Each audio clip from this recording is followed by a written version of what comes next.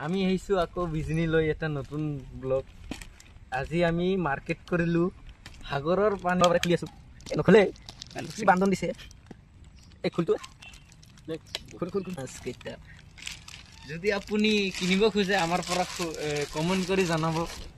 আমি লোকেশনটো দি দিম এটু চাব পাৰে এটু মই লৈছো নহয় নহয় এটু মোৰ দাদাই লৈছে নেকি নহয় নহয় এটু মই লৈছো এটু চাব পাৰে এটু এক বছৰৰ কাৰণে খাওয়া দিছে মাছৰ পাঁচটা কৰি গলি দিবা গৈছে সৰু সৰু ইমান সৰু সৰু